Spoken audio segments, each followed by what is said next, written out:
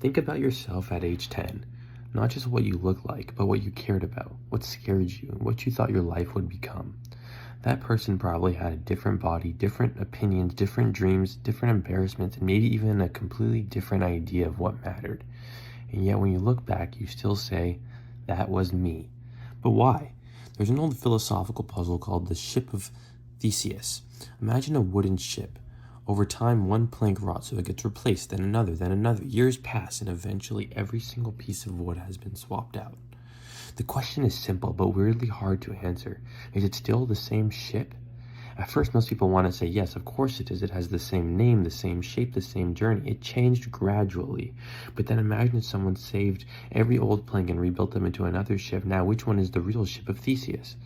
The one with the same form and history, or the one made from the original parts? Now take that question and point it at yourself. Your body changes, your cells replace themselves, your memory are not perfect recordings. Every time you remember something, your brain can alter it slightly. Your beliefs change, your personality changes. The things you once wanted can become things you no longer recognize. So what exactly is the you that stays the same? If identity means having all the same parts, then none of us are the same person for very long. But maybe that is the wrong way to think about it. Maybe a person is not like a statue, where identity depends on staying unchanged. Maybe a person is more like a song. The notes move, the sound exists through change. If one note simply froze forever, it would stop being music.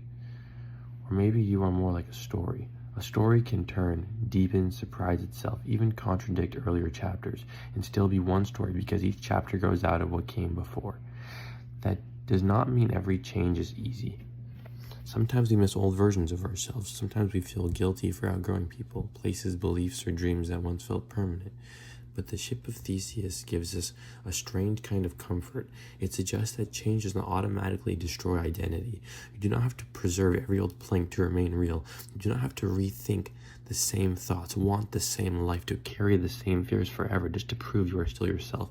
Maybe the self is not a fixed object hidden somewhere inside you. Maybe the self is a continuity, a pattern, a living bridge between who you were, who you are, and who you are becoming.